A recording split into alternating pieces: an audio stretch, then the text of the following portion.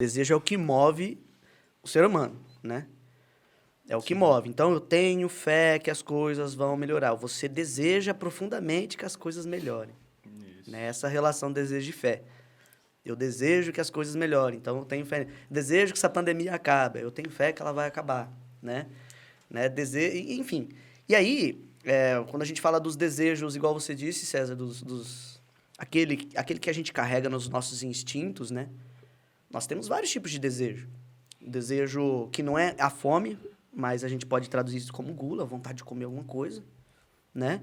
O desejo carnal, né? Os nossos próprios apetites sexuais mesmo, né? É genuíno. Desejo de sobrevivência, desejo de proteção, de se proteger do frio, do calor em excesso e tudo mais, né? E aí a gente vê que são esses desejos que movem as nossas ações. Você acorda...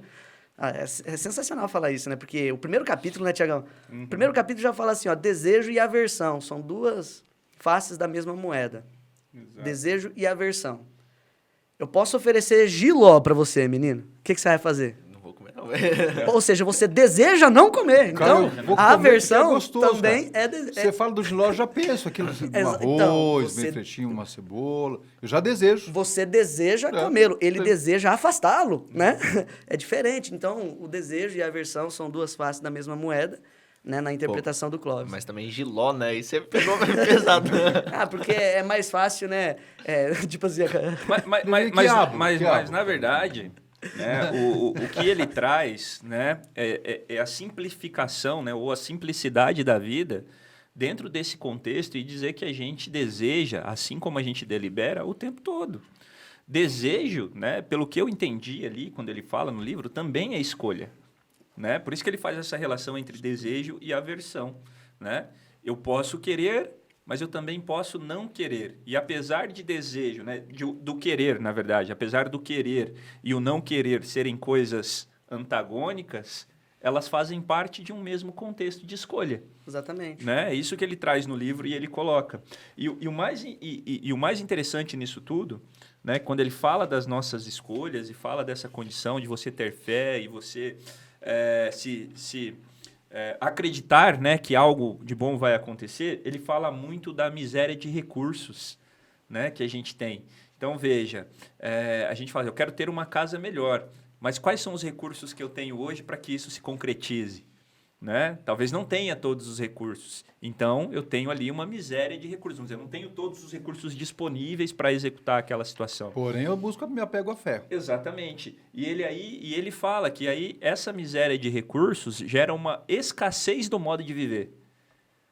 Né? Por quê? Porque aí você começa a fazer escolhas mais particulares, você começa a fazer escolhas mais direcionadas, né? Você começa a desejar situações diferentes que vão fazer com que você se sinta melhor. Né? Independente se aquilo você precisa ter fé ou não para obter, mas você começa a ter desejo, que é aquilo assim, né? O que eu desejo implica no objeto desejado. Implica. Né? O que eu desejo implica no objeto desejado. Então, isso é sensacional. Né? Se você para refletir sobre isso, cara, e eu lendo o livro, eu começo a parar para pensar e falar, putz, e não é que é verdade mesmo, né? Pensando aqui agora, ó, tô lendo e eu não queria ler essa porra, não. Eu queria fazer outra coisa, sei lá. Né? Sei lá, jogar um videogame, jogar uma bola. E isso implica as escolhas. Isso implica as escolhas. Você tá num lugar fazendo determinadas coisas pelo compromisso, né? Pelo desejo de ter essa tarefa cumprida, mas não pelo desejo em si de estar fazendo a tarefa. Né? Sim. Pelo desejo de ter ela cumprida, mas não pelo desejo de ter ela... Alguns chamariam isso de política, né, César? Sim. Alguns chamariam isso de fazer política, né? É a arte do impossível, né? Exato. E aí você vai ter fé ou não vai ter fé? Você acredita ou não acredita? Você falou de política, eu tenho uma parte que ele cita o STF, nosso glorioso ministro, ele dá uma tiradinha de sarro com o Barbosa, né? Joaquim Barbosa e tal. Parece que eles estudaram juntos, né? Sim. Ele tem essa propriedade de falar isso, né? E aí ele já dá uma pegada nos caras do STF, fala, os caras começam a citar um filósofo e outro e colocam os dois no mesmo balaio, mas os dois, um está fora do balaio, o outro está totalmente dentro. Ele fala, ele não citou qual ministro, mas fala, determinado ministro, em determinada citação, comenta sobre Aristóteles e fala sobre Immanuel Kant, E os dois são antagônicos para justificar um parecer que está dando. Quer dizer, o cara está falando bosta, não tem nada a ver uma coisa com o outro. Os caras estão viajando numa maionese das mais estragadas possíveis. Você vê o mundo que a gente está vivendo. Mas eu acho que faz sentido, né? Por exemplo, se de acordo com Aristóteles... Faz sentido se for para confundir. Mas tá certo, não dá para misturar Kant com Aristóteles. Mas é isso que ele diz, né? Assim, Aristóteles vai dizer para você que os seus desejos, né? Quer dizer, que a sua... Vamos pensar assim, a sua razão de viver é a busca pela alegria, né? Então, a sua ética vai ser pautada em buscar a alegria. Então, você vai desejar momentos, situações, pessoas que te causam alegria. Você vai escolher, né? Como que eu posso dizer? Que você ia rir, né? Eu ia rir. Como eu posso dizer? Que, assim, já o Kant tem uma pegada que, tipo assim, que a ética, né? O viver correto, o viver bem, é você agradar o máximo de pessoas possíveis, é isso, né? Resumidamente, porcamente, a filosofia de Kant, né? Então, se um diz que você deve fazer pelos outros, para agradar a maioria das pessoas, e o outro diz que você deve procurar a sua alegria, então eles Só para deixar claro, né, que porcamente é a tua explicação sobre a filosofia de Kant, exatamente, né? E não a filosofia de Kant, porque senão isso aqui já vai dar um problemaço. Exatamente. Porcamente é a minha análise de Kant, porque eu falei Deixe claro, por favor. Uma obra da vida do cara, né? Vamos lembrar que a gente está tomando cerveja. São 30 segundos tentando resumir uma obra da vida de um cara. Nós não estamos filosofando, nós estamos divagando sobre os filósofos. Exatamente. E que deixe claro aqui, né, gente, que a gente está no 4º episódio e a gente quer continuar ainda. Então, né, deixar bem claro essa relação. Porque eu ia entrar num processo polêmico também quando você falou. Pode entrar. Porque eu ia dizer assim, vai entrar num polêmico, né? Porque assim, só eu ia falar que... cara aqui, pô. Você vê, não, porque eu falo assim, ia entrar num negócio polêmico, né? Porque ia dar o que falar. Porque eu ia falar assim que, na verdade, segundo Kant, a política é uma invenção da burguesia para explorar o proletariado, né? Então, igual os memes que a gente tem aí, né? Tudo que você pega ali, você vê o Kant diz, né? Que é uma invenção da burguesia para explorar o proletariado. Por exemplo, o marketing digital é uma invenção da burguesia para explorar o proletariado, por exemplo. Exatamente. Né? Então, acontece bastante esse tipo de situação. Na né? cara do Gabriel. Então, eu ia...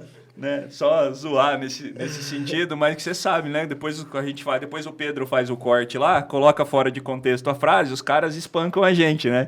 Então é nesse sentido, só que a gente precisa aí tomar cuidado. Mas continua o seu raciocínio, Ribeiro, desculpe cortá-lo. Não, era isso mesmo, era para chancelar aí que na verdade o Clóvis tem razão em criticar colocar os dois filósofos no mesmo balaio, né?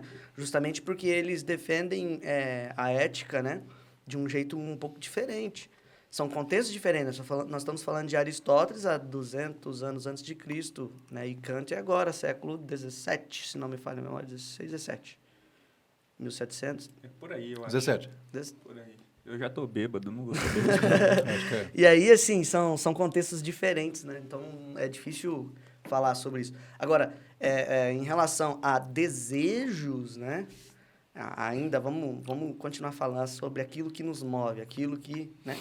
Você citou a palestra do professor Clóvis, que a gente vive pesquisando, procurando, né, a cenourinha, né? A mesma alegoria usada em desenho animado, como Pica-Pau, que você colocava numa varinha de pescar uma cenoura pendurada e você monta nas costas do burrinho, esse burrinho vai perseguir a cenoura e você vai conseguir o que você precisa. Ou seja, a locomoção com o burrinho. Você está em cima do burrinho com a varinha, né? Eu acho que eu sou o burrinho.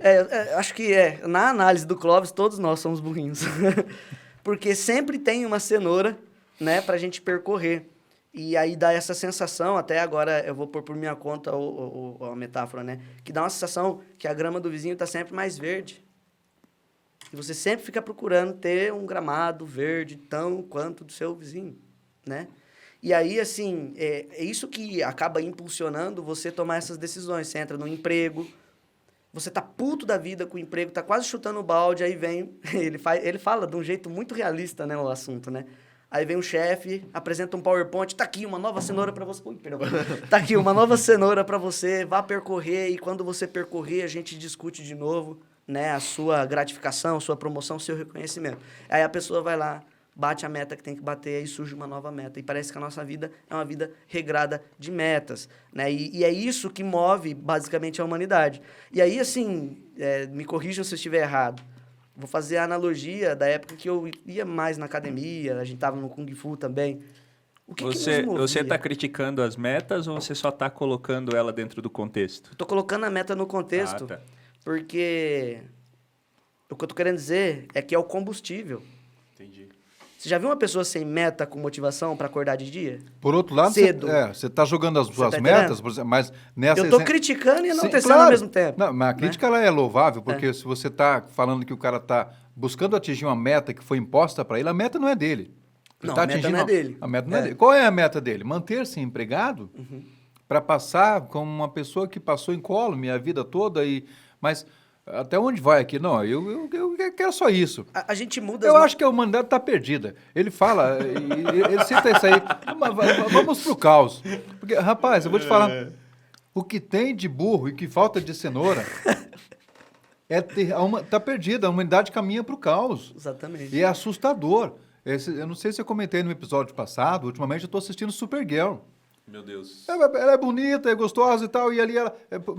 Presta atenção. E no final você sabe quem ganha, você sabe quem é mocinho e bandido na história. Você liga o jornal, e eu faço jornal o tempo todo. Você fica desesperado de ver aquilo, sabe? E você sabe que você não pode mexer todas as ferramentas que você gostaria de mexer. Você não pode fazer o seu desejo. Então, no momento, eu desejo estar bem e me preparar para que, a hora que eu puder usar a carta que eu tenho na manga, eu possa fazê-lo com grande potencial. Então, aí eu volto na questão da fé. Eu tenho a minha fé no momento para que eu possa ter essa força. Eu vou me preservar, não vou me desgastar agora porque não cabe a mim fazer isso. Porém, eu estarei preparado. Né? Porque aí você consegue fazer isso, você protege os seus, aí vem naquela questão do polis, né? Vai para a política, para a comunidade, e você volta àquele contexto. Qual é o teu desejo? É o seu desejo ou você está fazendo o desejo de alguém para que você possa passar batido e, tipo assim, sem ninguém te cutucar ou tirar você do seu senso comum ou tirar você do seu ponto de equilíbrio. Não, eu quero sair dessa casinha. Mas esse é um efeito do sistema que a gente vive hoje, né? O sistema econômico permite, não só permite, na verdade, incentiva a gente a competir, a comparar, a desejar, né? E aí, por isso que talvez a palavra mais importante que o desejo aí seriam as paixões, né? As nossas inclinações. Você é inclinado a quê? Você quer ter uma vida, né, hedonista? Bebida, farra, mulheres, homens, sei lá, né? Tô chutando aqui. Ou você deseja ter uma vida com retidão, então assim, a gente vê que o tempo todo a gente está desejando algo, e as próprias mídias sociais incentivam a gente a desejar algo. A gente deseja aquela pizza, fizeram lá um anúncio da pizzaria, você vê aquele queijo esticando e fala, nossa... Que delícia. Eu quero aquela pizza. Então, mas Você tá entendendo? daí, se for ver nesse ponto também, a gente vai poder falar que desejo, a gente sente tanto desejo hoje em dia, porque a gente tem muito acesso às coisas, então. Porque se a gente tem, que nem vou puxando um pouco do mito da caverna, se a gente tá focado naquilo lá, a gente só vê aquilo lá, pra que a gente vai querer desejar outra coisa se a gente só conhece aquilo? Então, eu acho que como o mundo, a globalização, abriu muitas as portas pra gente conhecer muitas coisas, a gente tem muito desejo. Eu acho que esse excesso de desejo faz a gente largar de ter meta. Porque a gente só deseja. Mas o desejo, ao meu ver, o desejo não é algo que eu vou realmente a fundo e querer realizar. É algo que é algo momentâneo para mim o desejo. Eu acho que se você tiver uma vontade maior, o desejo seria algo que você, por exemplo, não, eu quero aquilo, quero comer um negócio agora. Se eu não comer aquilo, logo que ela vai passar, eu não vou ter mais aquela vontade, eu vou sentir aquele desejo por outra coisa. Não é algo que eu vou realmente levar para todo dia da minha vida, eu quero aquilo. Pelo menos ao meu ver é isso. E eu acho que a gente sente tanto isso, a gente larga de ter metas, porque a gente conhece muitas coisas, a gente sabe que a gente quer viajar. Por exemplo, eu quero viajar para a Islândia, mas eu não sei se eu vou conseguir, porque eu não consigo viajar para Curitiba. Tipo, então, a situação... A gente... Aí você fica acessando a aurora boreal lá. Eu não consigo ir para Cambira, eu não consigo ir para Cambira. Ô, menino, mas você tem fé, não? Em quê? Que você vai viajar para Nova... Eu tenho. Eu tenho fé que eu vou morar na Nova Zelândia ainda. Ah lá.